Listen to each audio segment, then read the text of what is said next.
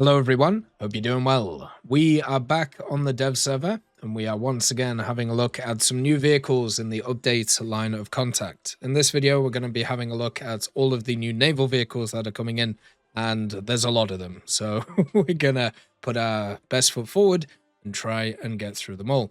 As always, if you enjoy the content, make sure to subscribe and also like the video. Let's get started with a big old banger for America. The USS South Dakota. I was kind of surprised that Guardian actually skipped the South Dakota in terms of just the general ships, because for me personally, I always felt like the vehicle should have come in its natural way before stuff like the Iowa, but unfortunately it didn't. Now it is in the game though, and you can find it between the Tennessee and guess what, the Iowa itself. So if you grinded out the Iowa, you can use it to get the South Dakota. If you don't have the Iowa, then, and you want it, then it might be worth researching it quickly before the South Dakota gets plopped in your way. The South Dakota is a 1945 version of it, of the South Dakota class, and what it has access to is 3 triple-mounted sets of these 406mm guns. You have 2 on the front and 1 on the back, and being an American battleship, guess what it also has? 1,000,000 AA guns. So it has the dual-purpose 5-inch guns, 8 mounts with dual setups, 4 on this side and then 4 on the other side. And then also you have 17 quad 40mm Bofors. Because why not? You also have access to 75 mounted 20mm cannons too. So it's just insane how much AA this thing has. It has over 100 guns, way over 100 guns actually, that are just dedicated to AA. And being a battleship, that is, kind of a secondary role for it. The main guns, the 406mm, have access to HE. They also have access to APC-BC, which you have right here. The APC-BC being the main shell that you're going to use, penning up to 761mm of penetration, and also 18 kilos worth of TNT equivalent. You also have access to some different rounds for the 5-inch guns. You have the HE, the SP Common, then also the HEVT. These are all standard on all of the 5-inch guns that you can find. Then you have access to a hydroplane, which is nice to have, but generally not as useful as some of the other factors on this vehicle, but at least it's there. Since it's a battleship, it has quite a lot of armor on it. Unfortunately, that armor, I don't think it's fully modeled yet. You can see on the front of the turrets, it does have 431mm, and then also 439 around the ammo elevators, and around the bridge it has 406. But when it comes to the belt, it's incredibly weak right now. And I think that's going to change, or at least I hope it's going to change. Otherwise, this vehicle is going to be dead to rights. You can see the massive ammo elevators that it has access to, and all of the shells and the magazines, which are below the waterline. All of the general details that have gone into this machine are absolutely nuts, and it is just amazing to see another beautiful model that has been made for the naval side of things for War Thunder. You also have access to some big engines in the center and a huge set of smoke funnels that all move through the center too. So this is just a wonderful machine to see, and as I said, it's just stunning and lovely to see in War Thunder. Slightly different tact when it comes to the Blue Water Fleet for America, but the USS Forrest Sherman has come in. This is a 1950s destroyer, and it's once again very weird. You know how I talked about how it's weird how we got the Iowa before the South Dakota? Well, it's very weird that we got the Charles F. Adams before we got the Forrest Sherman, because the Charles F. Adams is from the 60s. It was one of the first, if not the first, missile destroyers that the Americans created, and the basis of it was very similar to the Forrest Sherman that you can see right here. So this vehicle comes in after the Charles F. Adams, even though it came out before it. So kind of worked that one out. This vehicle has 3 5-inch guns on it. They are the 54 Mark 18 mounts. They have a crazy fire rate on them, as you can see right here, and also a pretty decent ready-use set of ammo. It also gets 2 sets of the dual-mounted 3-inch guns, which once again are great dual-purpose backups to these 5-inch guns, and also it gets access to a few other things too, in the form of some torpedo tubes. Now, the torpedo tubes are kind of wild on this thing because you can actually see them right here. They are just kind of wedged into the ship on either side. Usually, when it comes to destroyers, the torpedo tubes have a little bit more leeway in terms of moving around, but this isn't the case on this vehicle, so it just kind of sucks on it. Now, because it's an American destroyer, it does have a little bit of armor on the turrets, but mainly the 60mm and the high crew count is going to be the thing that actually keeps you going in this. And as I said, with the 5-inch guns, they all have access to the SP, the HE, and also the HEVT once again. The 3-inch guns get some HE and also some HEVT, so they're going to be much more useful against lighter targets or planes which are around the place. You also do get some bomb mortars in the form of hedgehog mortars, but they're a little bit bugged right now, so they just don't work properly. So that's also an addition to the vehicle. So overall, you're getting more of a post-World War II gun destroyer instead of a missile destroyer, and I think generally that's pretty cool to see. Talking about the Charles F. Adams, though, guess what's appearing in the German tech tree? That's right, it's their own version of it. This is the Lütjens, which is part of the Lütjens class, which is just kind of a Charles F. Adams. You have a slightly different setup, though. You have the two 5-inch guns, one here, and then also one here. And then you have the missile launcher, which is on the back of it. So this right here is slightly different to the one in the American tech tree, the Charles F. Adams. You can see that the launcher that the Americans have is a dual launcher, so you can fire 2 missiles without having to reload it. Whereas the German launcher, you can only fire 1, and that means that the reload's going to take a lot more time because you're going to have about half the fire rate, which sucks. But, you know, the reload rate being about 10 seconds, hopefully it won't be too bad, especially since this missile is more an anti-air missile than it is an anti-ship missile. Another thing to also mention about the Lütjens is where it is in the blue water tech tree. You will find it on the left-hand side between the Z46, the Leipzig, and the Nürnberg, and just in this kind of rank 4 area, alongside some of the more weaker cruisers that are on offer for the German tech tree. And once again, guess what? Exactly the same rounds that you'll get from these 5-inch guns always, and the RIM-24A, which is also the same one you find in the American tech tree. So it's very similar. The only difference is really that dual launcher. Everything else is pretty much the same. Talking about things that we've kind of seen before in different areas, we have this beauty. This is the MPK PR1331, and as you can see, it is a GDR vehicle, so East Germany, and it is a coastal vehicle, even though this thing is absolutely massive. It's a frigate, and it has access to all of the funny, very high rate of fire, high velocity Russian guns. So first of all, you get a 30mm AK-230 dual cannon on the front of it. This is just insane in terms of doing damage. You can bring along either some HE or HEI. There's not really a big difference between them. This one just has a bit more kind of H or Hefe instead of HEF. Not a huge change though. The other thing you get though is this annoying as hell cannon. So this cannon, the AK-725, if you actually have a look in the Russian tech tree, you will find it on, is it the 204? Yes, it's on the 204 at 3.7, this one. And the only thing that stops this thing being an absolute monster is its firing angles on its guns are not very good. Whereas if you see on this vehicle, it's a lot more open. So this 57mm AK-725, which does a lot of damage against pretty much everything, and also has an insanely high fire rate on it as well. It's just going to be obnoxious on this vehicle.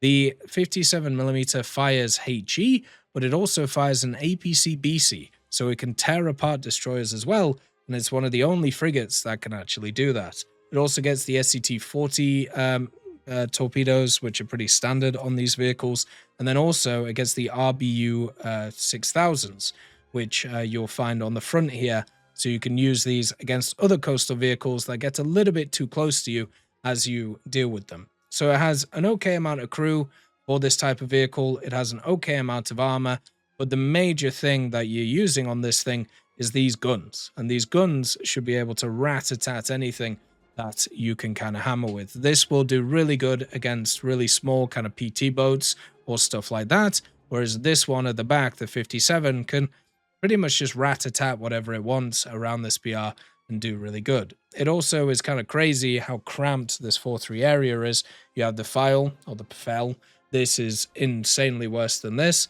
And then you have the PR-206, which is the monster of this area. But then if you have a look at Russia, 4-3, 4-3, 4-0, 4-3, 4-3, 4-3, 4-3, which is the new one with the rapid-fire 57. It's insane. I don't know how else to put it in terms of this, but yeah, this one actually has a chance against killing destroyers instead of just dying to them, which is the dream of a coastal vehicle. When it comes to the Russian tech tree, they also have a new vehicle, and this is the Stalingrad. Now, the Stalingrad is a fake ship. It was never finished, so it's one of those project ships, which is, well, let's just say a lot of the high tier of the Russian Navy is that. You have the Kronstadt, which was a project ship. You have also the Sovietsky Soyuz. You have the British ship. You also have the Italian ship. And then also you have the Project Ismail class, which is here too. So there are many different ones. Sevastopol was also a project which turned up as well. So most of the top tier of Russia is a project ship. The Stalingrad is no different. This was actually developed alongside of the Kronstadt, by the way, so that's why it's kind of similar to it in terms of what it's designed to do. It's incredibly long. I can't actually, with this new hangar, which they've added in, I can't actually fit it in the frame yet, just to show you how big it is if I actually wanted to show you it up top. So it's just insanely big. This vehicle also has 3 triple-mounted 305mm cannons, and you'll find it at 7.7. Now, the reason why this vehicle is at 7.7 is because it's a battlecruiser, so it has a lot of firepower. These guns will put out very large rounds with a lot of HE in them, which will be able to annihilate stuff, but it won't be able to take a punch either. You can see here the standard hull armor of this is only 180mm. So Gaijin decided with this fake ship to actually not give it unrealistic stats like the Sovietsky Soyuz and actually give it proper stats, which is surprising because it's not really something that they've used previously. You also have the thickness on the turret being only 240 and also 235 on the ammo elevator, and also the bridge being 250 on it.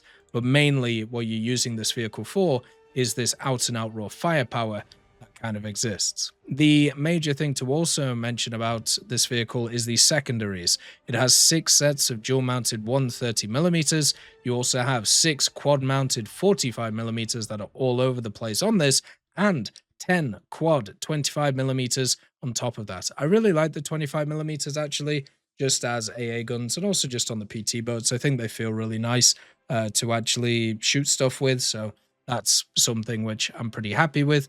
The engines on this thing are absolutely tiny compared to how big the vehicle is, and also the funnels are not exactly huge too, but the ammo racks are also quite high in the water, so you'll be able to pop them quite easily. The 305mm have SAP-CBC. This has nearly 50 kilos of TNT equivalent, and also nearly 400mm of penetration. The APC-BC has access to much more penetration, 741mm, and then also 18 kilos of TNT equivalent on top of that. So that's where the power of this vehicle comes from. It's the simple fact that you will be able to deal out a lot of damage with it, but you won't be able to take a lot. So if you are the one which is in the ascendancy, you'll do great. If you aren't in the ascendancy, you're going to get your head caved in. We also have a cruiser coming in for Britain. This is the HMS Fiji, part of the Fiji class. Very surprised that we haven't actually seen this one before in terms of the game. The reason is because it's very similar to another class of ship that we actually have already, which is the Southampton. So you have the Liverpool, which is part of the Town class. You have the Southampton, which is the same, but this one has more guns than the Liverpool. It has the 4 triple-mounted 6-inch guns, whereas the Liverpool has 3 triple-mounted sets, and the Fiji, which is at 5.7, has those 4 triple-mounted 6-inch guns. These have a high fire rate, and they also put out a lot of damage, which is really nice. And with these 6-inch guns, you have all of the standard rounds. Mainly, you're going to be using the CPBC which against light cruisers, against destroyers, against everything that isn't a battle cruiser, which you will run into in this thing, you will be able to do a lot of damage to, and you'll be able to hurt in a big way. The HEVT is also quite nice to be able to knock planes out of the air, but mainly I prefer that with the 4-inch guns because you get 4 sets of dual-mounted ones, which you can use HEVT on too. The cool thing about this vehicle as well is also some of its other secondary armament.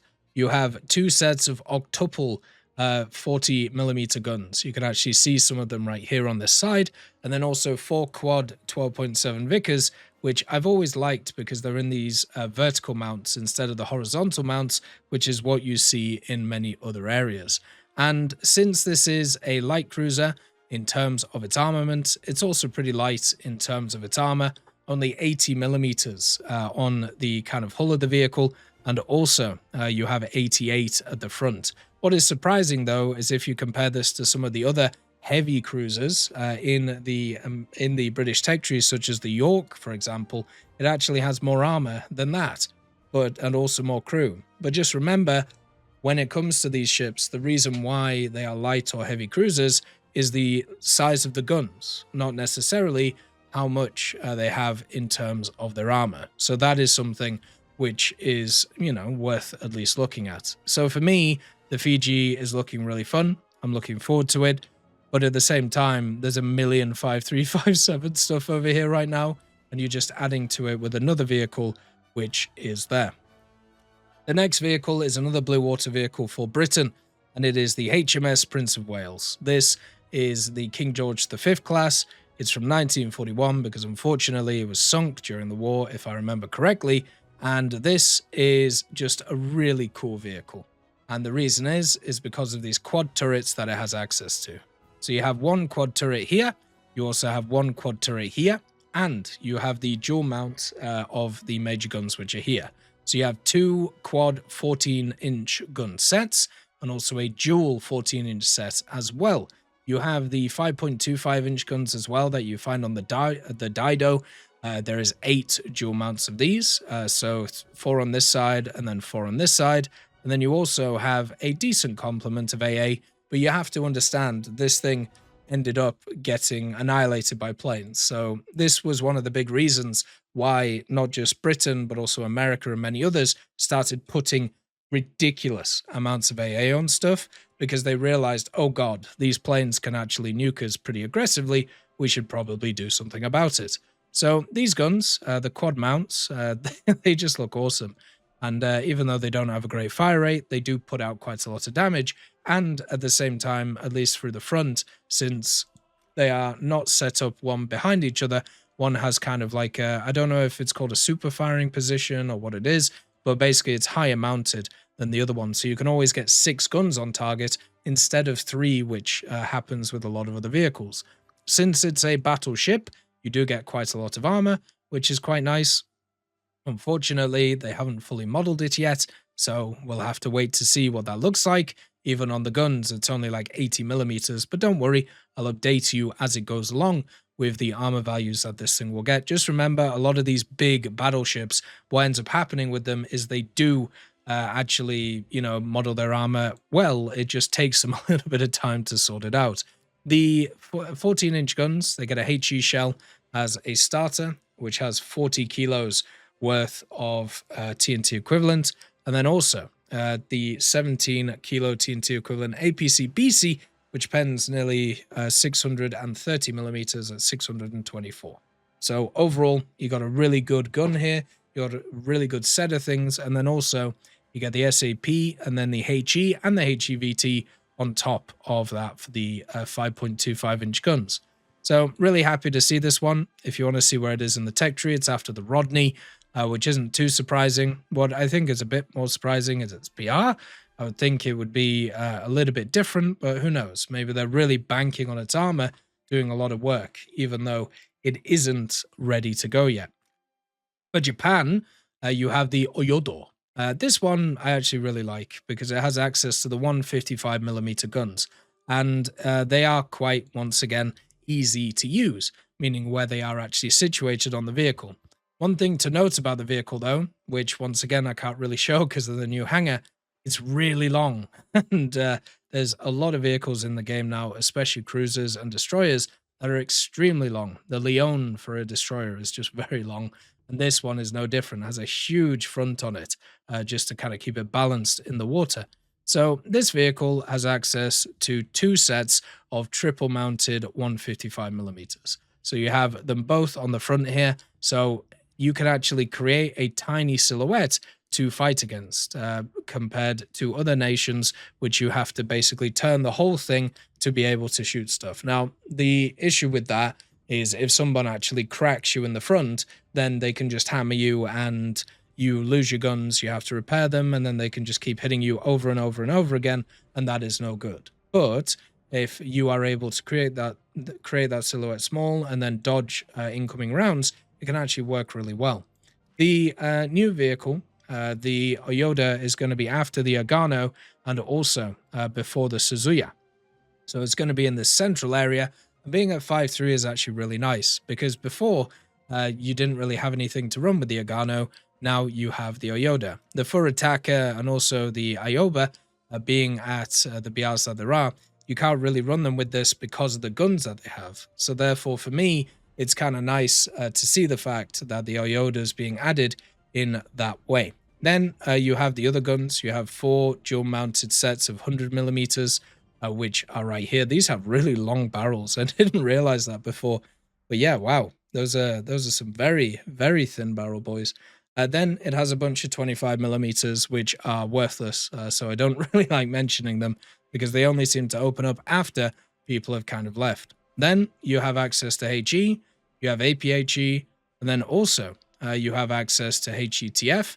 So overall, you have all of these different things going on. And it's kind of nice to have a AP round, which penetrates a lot in the form of 370 millimeters, even if its TNT equivalent isn't very high, which kind of sucks with it. So you also have the hydroplane on the back, which kind of tops it off. And one of the things that this doesn't get, which a lot of these other cruisers get, which makes them just have like a little bit of an edge over the enemies, is it doesn't get access to any torpedoes. And that's kind of a big thing. So stuff like the Furitaka and the Ioba and also the Agano, one of the ways that you play around them is you use these torpedoes in the middle, which are right here. Now, I know these torpedoes are not in a great position. They're actually kind of hard to use for the vehicle, but they are something which is at least worth having a look at and, you know, using against other cruisers because they are some of the best they're some of the best torpedoes in the game at destroying larger vehicles. But the Ōyodo doesn't get any. So you are just limited to the guns. You're limited to the front unless something changes with the vehicle. But at least looking at it, I don't see that kind of happening. Next nation to have a look at, we have Italy with their naval forces. So you have the Armando Diaz. This one is similar to the one that we already have when it comes to the game. So, for example, the Armando Diaz is right here. It's part of the Luigi Cadorna class. Then you have, guess what? The Luigi Cadorna, which was in the Brave Archer Battle Pass, which is the Battle Pass right now? I can't actually remember. There's been so many Battle Passes. It is very, very confusing. Let's just see. Yes, it's literally in the Brave Archer Battle Pass. So you can get the Luigi Cadorna right now as a premium vehicle in the Battle Pass. Or what you can do is you can get the Armando Diaz, which is going to be the standard tech tree vehicle equivalent. Now, the difference between them, the Cadorna is from 1944, the Diaz is from 1938, so they have slightly different weaponry. The Cadorna has a bunch of 20 millimeters on it, plus the 4 dual-mounted 152s, 3 dual-mounted 100s, whereas the Diaz, which is the new vehicle, has access to these 4 40 millimeter Vickers Turneys, and also the Breeders. So its AI armament is much, much worse than what you find on the premium version of it, which kind of sucks. But everything else is pretty much the same. So it gets these 152s. These 152s at 5.0, they don't do a ton of damage, but with the Italian vehicles, they have quite a lot of penetration on their APHE BC, which is quite nice. And also you have the HE here and also the HETF. So at least you have like a few things here and there, which I think work really well. For the 100 millimeters, you also get HE, APHE, and then also HETF, which turns up too. So overall, you're getting quite a nice set of guns. They're just not as powerful as what other nations get. And once again, this thing is really long compared to a lot of other machines. Like Italy usually makes very long vehicles, and this one is no different. It's insanely long compared to many others. This next vehicle we're having a look at is an Italian one, once again, and it's the Cassiopea. This is a huge vehicle for coastal. It is a modern-day gunboat, and that means that it doesn't have a lot of crew, doesn't have a lot of armor. It'll be at a BR where it's not very useful, just like a lot of the other 37s that are sat in this Italian tech tree. The Cassiopea has one 76mm, the Otto Melara on the front of it. It has access to a pretty good reload, and also you don't have to worry about the first stage, so you can fire 500 rounds before you run out. You don't have to wait for the first stage to reload. One of the problems with it, though, is it does overheat, so you got to be a bit careful with that. Apart from that, what else does it have? Well, it has two 20mm. That's it. That's all you get. So with this 76, you get two different HE shells, one which is slightly different from the other. It has a bit more HE in it, that's about it. And then you also get a HEVT. So you get no penetration, and you're not going to be able to do anything against most of the machines that will be able to kill you in one hit. The other thing that could be interesting about this vehicle, it does have a place for a helipad. So maybe it could be the first vehicle in Naval which could have access to a helicopter, but my general feeling is that's probably not going to be the case, but it would be kind of cool to see, who knows. Moving on to France, the last nation that is getting naval vehicles, we have the Le Corse. Now, the Le Corse is the same as the Brestois. The only difference is one is a premium at rank 4, and the other one is at rank 5. The other small difference is the weaponry. Now, even though these are both part of the Corse class, the Brestois has access to a 100mm and 2 sets of dual 57s, whereas the Le Corse gets 3 sets of dual 57s. So technically, this thing might actually get a better armament because it just gets more firepower going forward and hammering things, which I think is generally quite nice. Doesn't really have a lot else, though, apart from 2 20mm and a boatload of torpedoes. So one of the things about these torpedoes is you get 24 of them, which is just nuts when you think about it. So you have the anti-submarine rocket back here, but then you have all of the sets of these torpedoes here, including 3 sets on each area. So you can fire 6 on a side before a reload, and then you kind of go from there. Now, these torpedoes have really weird firing angles, and then also at the same time, they don't travel very far, only 5 kilometers, which is just not very good. So even though you have this kind of like interesting mechanic in terms of all of these torpedoes, they're just bad, so it doesn't really matter. The major thing you have to focus on is using these 57mm, and with these 57mm, you once again only get HE. So you can do a lot of damage against stuff without any armor because you have a really good fire rate on these things, and you can just hammer them over and over and over again. But guess what? Most of the things that you face at this BR do have armor and are actually destroyers. So they will just piece you apart, unfortunately. Luckily, this vehicle has quite a high amount of crew, so its survivability will be higher than other vehicles that you'll face, but it just still sucks that you can't do any damage against a lot of different things. So hopefully at some point that can be rectified. The last vehicle is the Suffren. Now, the Suffren is in the Blue Water Tech Tree for France. This is very similar to the Colbert. The Colbert is part of the Suffren class. And guess what? The Suffren is also part of the Suffren class. And it has the 2 or 3mm. So it has the 4 dual mounts. The 2 on the front and then the 2 on the back. Generally, I really like the main armaments of French vehicles. You get a high explosive with a lot of kg in it. And then you also get the SAP-BC, which doesn't actually sacrifice a lot of TNT equivalent for good penetration. And that's one of the things that's really good on the 130s, really good on the 138s, really good on the 203s. So overall, that's kind of like the king factor of these vehicles. You also get access to 8 75mm, which are worthless, 8 40mm, which are okay for AA, and 20 20mm too, to give you a little bit more of an AA complement. These 75mm are laughably bad in terms of what they actually do, so just don't even think about them. They're not going to do anything. The major thing is the main armament that you have here, and also this collection of guns which are back here, which are hopefully going to keep you alive from aircraft. Another problem with the Suffren class in general is the armor. You can see here, it just doesn't have a lot of it. It's one of those vehicles, just like the York in the British tech tree, where it has a very heavy armament, but pretty much no survivability. So if you are the one doing the shooting, you do great, and everything is fantastic. But the problem with the Suffren is if you are the one getting targeted, you are going to die really, really quickly. And that is a problem. So overall, is it a good vehicle? It's fine. There's not many great 5.3 cruisers, and this one is definitely in the higher echelon of them, but overall, it isn't the best. That is all of the naval vehicles that they are adding to War Thunder in the next major update.